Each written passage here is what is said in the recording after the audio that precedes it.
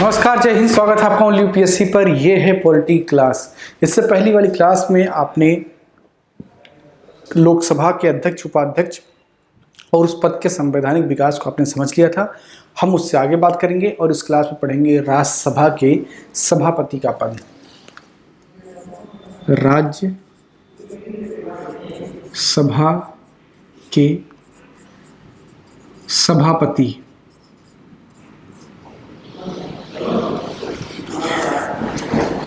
तो राज्यसभा का जो सभापति होता है वो भारत का उपराष्ट्रपति होता है। आप इस बात को जानते हैं। चलिए पॉइंट वाइज नोट करते हुए चलेंगे। ठीक है, पहला पॉइंट आप नोट करेंगे, राज्यसभा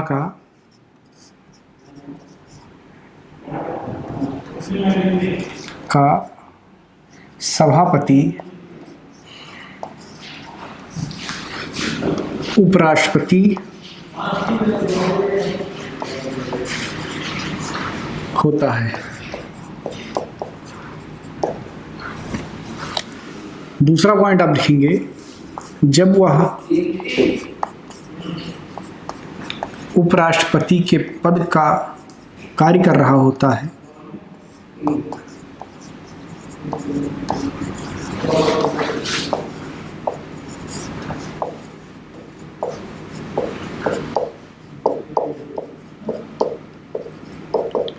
तब वह सभापति के कार्य से मुक्त होता है।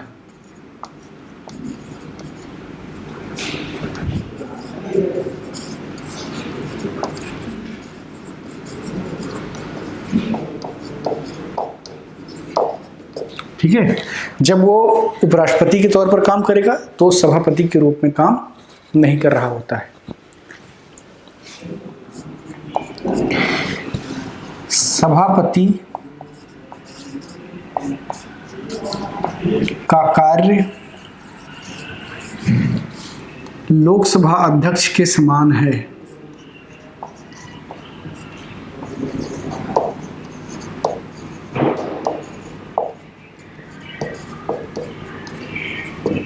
ठीक है, लोकसभा अध्यक्ष के समान है,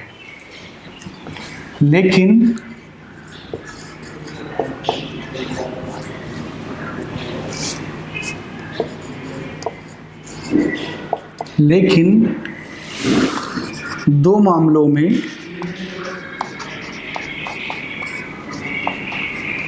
लोकसभा अध्यक्ष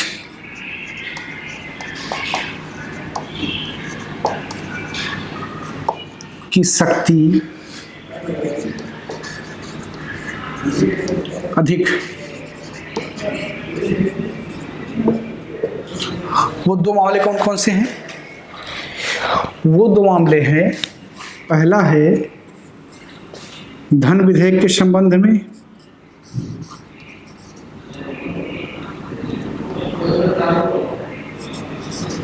धन विधेयक के संबंध में,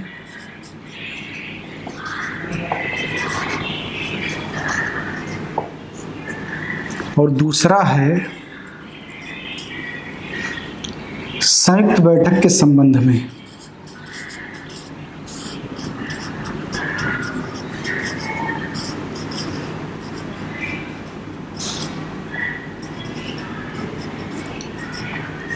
ठीक है, धन विधेयक के संबंध में और संयुक्त बैठक के संबंध में। ठीक है, संयुक्त बैठक क्या होता है? जब दो सदनों में गतिरोध होता है, यानी किसी बिल को लेकर के दोनों सदनों में आपस में सहमति नहीं है, तो धन विधेयक और संविधान संशोधन विधेयक को छोड़ करके बाकी विधेयकों के केस में संयुक्त बैठक की व्यवस्था की गई है। और इसमें क्या होता है? अध्यक्षता कौन करता है? लोकसभा का अध्यक्ष करता है। ठीक है, तो इन दो मामलों में, धन विधेयक और संयुक्त बैठक के मामले में, उपसभापति की शक्तियां सभापति की शक्तियां अपेक्षाकृत कम है, लोकसभा अध्यक्ष की शक्तियां ज़्यादा हैं। आगे लिखेंगे,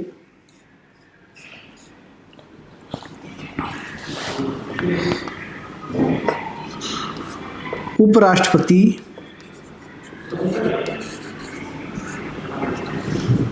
जब तक अपने पद पर है तब तक उसे सभापति के पद से नहीं हटाया जा सकता है।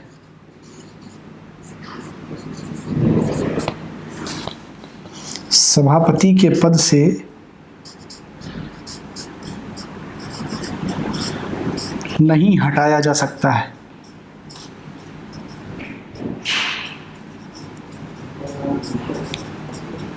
ठीक है, जब तक वो उपराष्ट्रपति तब तक वो सभापति रहेगा। नोट कर लिया होगा आपने। इसको हटाता हूं।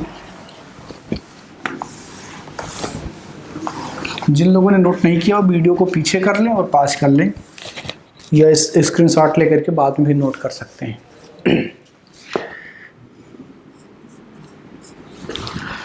अब देखिए, सभापति को हटाने की जो प्रक्रिया है उसमें जब वो कार्रवाई चल रही होगी तो वोटिंग में वो भागीदार नहीं हो सकता है। भागीदार क्यों नहीं हो सकता है?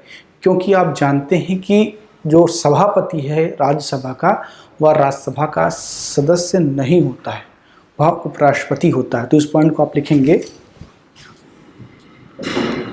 राज्यसभा में सभापति को हटाने की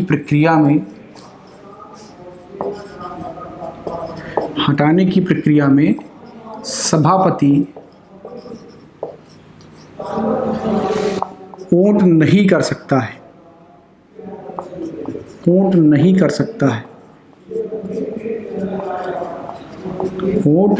सकता है क्योंकि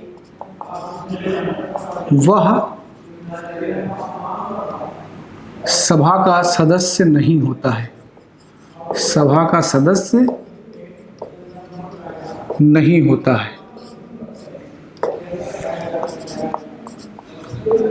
ठीक है, तो कंक्लूजन क्या निकला कि जो राज्यसभा का सभापति है वो राज्यसभा का सदस्य नहीं होता है। ठीक है, अब यहाँ पर एक चीज़ समझने की है कि कार्यवाही में वो भाग ले सकता है, जब बात चल रही है तो उसमें बैठेगा, लेकिन वो वोटिंग नहीं कर सकता है। ठीक है, जबकि आप देख रहे थे कि लोकसभा अध्यक्ष के केस में कि वो कर सकता था वोटिंग। ठीक है, उपाध्यक्ष भी कर सकता था। आप अभी आगे पढ़ेंगे कि जो उपसभापति का पद होता है वो कर सकता है, लेकिन सभापति का जो पद है वो नहीं कर सकता है। ठीक है, चलिए उसके आगे देखते हैं। सभापति का वेतन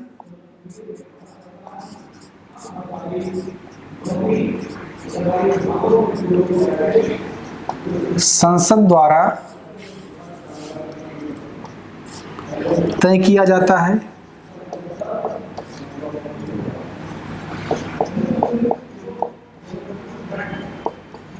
जो कि भारत के संचित निधि पर भारित होता है। संचित निधि पर भारित होता है। किस पर? भारत के संचित निधि पर भारित होता है।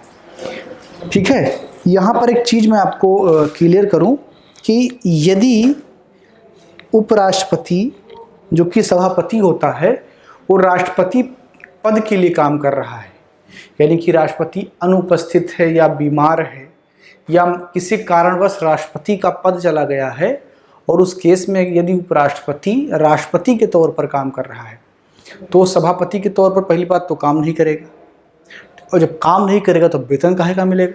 नहीं मिलेगा।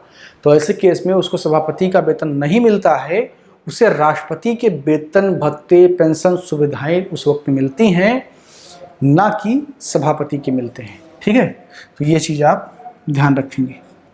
जब उसको सभापति का मिल रहा होगा और राष्ट्रपति का मिल रहा होगा तब उसको सभापति का नहीं मिलता है। ठीक है,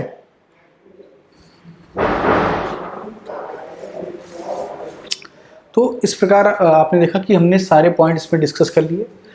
राज्यसभा के सभापति को हटाने की प्रक्रिया में सभापति वोट नहीं कर सकता, इसको आपने समझ लिया। सभापति का वेतन जो है संसद निर्धारित करता है, और मुझे लगता है कि राष्ट्रपति में अभी सभापति में इससे ज़्यादा कोई प्रोविजन है नहीं जिन्हें हमें समझना चाहिए। क्योंकि हमने सारे चर्चा कर लिए, चाहे वो कैसे ये बनते हैं। अब बनने का इसमें कोई चुनाव तो होगा नहीं, क्योंकि ये उपराष्ट्रपति का पद होता है। बाकी में आप देखते थे कि चुनाव होता था, जैसे लोकसभा के अध्यक्ष का पद था, उसमें चुनाव होता था, उपाध्यक्ष में भी चुनाव होता है। अभी आप देखेंगे जब उपसभापति की बात आएगी तो वहाँ पर चुनाव की प्रक्रिया होगी, लेकिन यहाँ पर चुनाव की प्रक्रिया नहीं है, क्योंकि उपराष्ट्रपति होता है और जो अलग से निर्वाचित होकर के आता है, तो यहाँ पर निर्वाचन जैसा कुछ होता नहीं है। पदावधि की अगर बात करें तो जब तक वो उपराष्ट्रपति रहेगा तब तक रहेगा, यह प्रावधान भी हमने नोट कर लिया। तो ये था पूरा राज्यसभा के उस सभापति का पद से उपराष्ट्रपति का पद भी कहते हैं। ठीक है, अगली क्लास में हम बात करेंगे राज्यसभा के उपसभापति का पद, यानी कि जैसे लोकसभा में उपाध्यक्ष था उसी प्रकार से राज्यसभा में जो उपसभापति होता है उसका पद हम अगली क्लास में पढ़ेंगे। इसमें इतना ही। क्लास को लाइक कीजिए, शेयर कीजिए, अपने राय और सवाल कमेंट बॉक्स में छोड़ दीजिए। बहुत बहुत धन्यवाद।